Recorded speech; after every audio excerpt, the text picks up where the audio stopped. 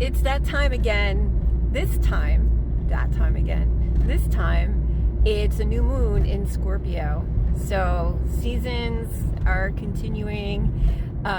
We're getting into the darker, colder time season, right? So we have, this is not part of the nature, but daylight savings ends November 6th. So this is kind of in preparation for that. I don't know if it was designed that way. There are some things that were designed, like Diwali, right? The Indian Festival of Lights, right? And the reason for the Festival of Lights is because we're going into a darker time. So that's the new moon. The new moon is the dark moon. It's a new season, and that it's in Scorpio. Scorpio is intense. We'll just say that it's all about transformation, but it can get very stuck in it. The emotions are very high. It's a fixed sign. It's a water sign, so it is emotional time. It's also a highly creative time.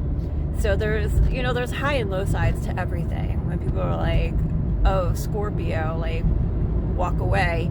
No, it's actually a really exciting,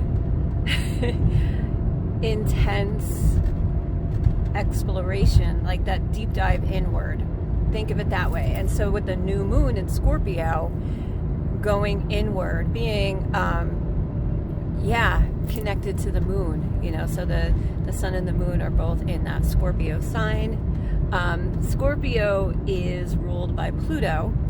Pluto is the god of the underworld, right? So if we think about all of these like darker aspects of the life that we know, and it's like using it to our advantage, right? If you can use it, like, what is here for me? How can I make this useful? And that's really what I use it for. It's guideposts. It doesn't dictate to me how I should act or what decisions I should make, but it's an awareness, right? So we don't take things too personally. So this new moon in Scorpio, it's also less than a week, a few days before Halloween. Halloween is the eve of All Saints Day, right? So it is a very religious experience, and it goes into the dark side of that religious experience. So it's when the veil between the living and those who have passed is thinnest. It's a very popular time for ghost stories, getting a little scared, but also seances, mediumships, just connecting to the other side.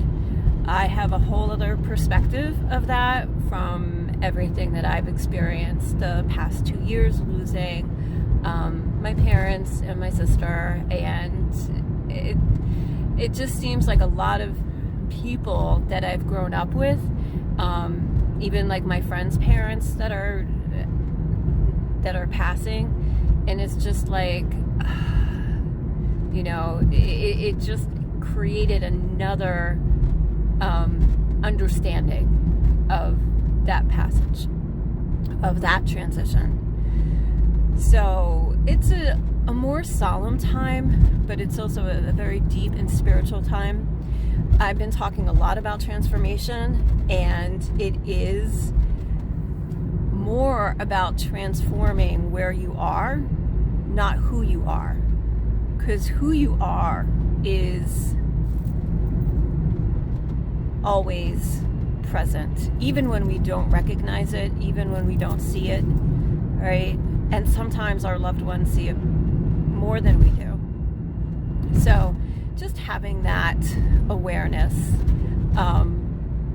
that it is a time for transformation, where I see transformation as you getting closer to the truth of who you are. And what's transforming is all of those obstacles, all of those blocks that are keeping you from that discovery, right? So you may get some hits of aha moments during this time. So my invitation for you is to get quiet, be still, listen, and notice. And maybe as you notice things, write them down. That could take you further, deeper into your journey. And that's the invitation. I'm getting a temptation of saying, if you're so called. If you're not called, you're not even going to be listening to me talking this much. But if what I'm saying is resonating with you and you're feeling called that this is the time for you to make those shifts, to let go of what's not working for you, of what you've been taught is who you are, and now you get to discover and figure it out for yourself.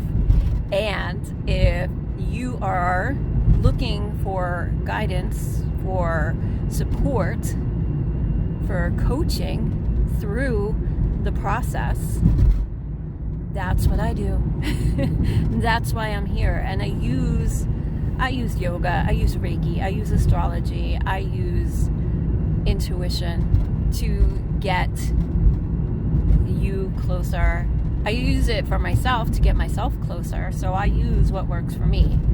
So if it resonates with you, definitely connect with me.